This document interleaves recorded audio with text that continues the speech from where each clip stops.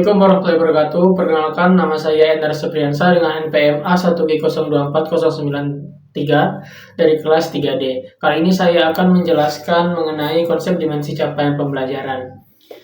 Konsep dimensi capaian pembelajaran adalah fondasi yang membentuk arah pengajaran, evaluasi, dan refleksi dalam praktik pendidikan.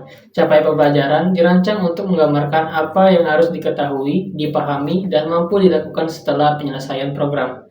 Pembelajaran yang kita ikuti, menurut Kennedy et al. 2007, menyatakan bahwa capaian pembelajaran dirumuskan berdasarkan 3 domain utama, yaitu kognitif, efektif, dan psikomotorik. Baiklah, yang pertama itu ada domain kognitif. Domain kognitif ini berkaitan erat dengan aspek berpikir dan pengetahuan. Dalam dimensi ini, kita diharapkan dapat memahami, menganalisis, dan mengevaluasi dan menciptakan pengetahuan baru berdasarkan apa yang telah dipelajari.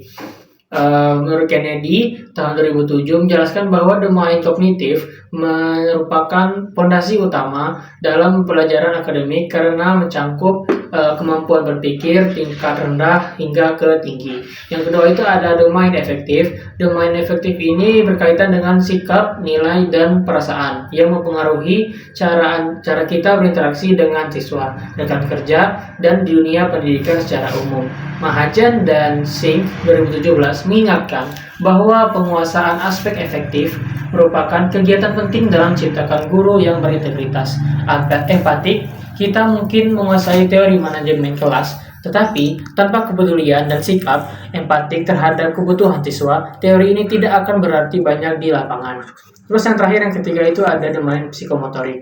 Dimensi ini merujuk pada keterampilan yang melibatkan gerakan fisik dan koordinasi tubuh. Dalam pendidikan calon guru, keterampilan psikomotorik mencakup banyak hal, seperti kemampuan menggunakan alat bantu pembelajaran, menyusun media pembelajaran interaktif, menulis papan tulis dengan rapi, melakukan demonstrasi di depan kelas, hingga terampilan presentasi yang efektif.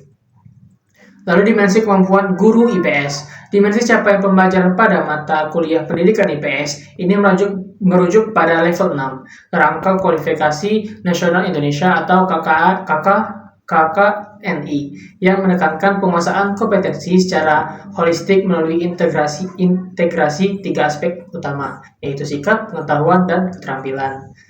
Lalu dimensi sikap. Dimensi sikap itu adalah pada dimensi sikap, capaian pembelajaran mencakup pembentukan karakter yang menjunjung tinggi etika, tanggung jawab sosial, serta penghargaan terhadap keberagaman dan nilai-nilai kebangsaan.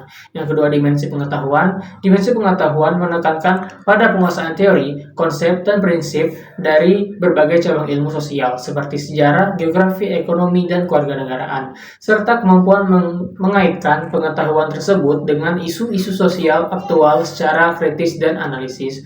Contoh capaian pembelajarannya yaitu yang pertama pengetahuan, siswa paham akan materi yang telah dipelajari. Yang kedua keterampilan, siswa mampu mempraktikkan pengetahuan yang telah dipelajari. Terus yang ketiga sikap, siswa menunjukkan perilaku baik, jujur, dan tanggung jawab.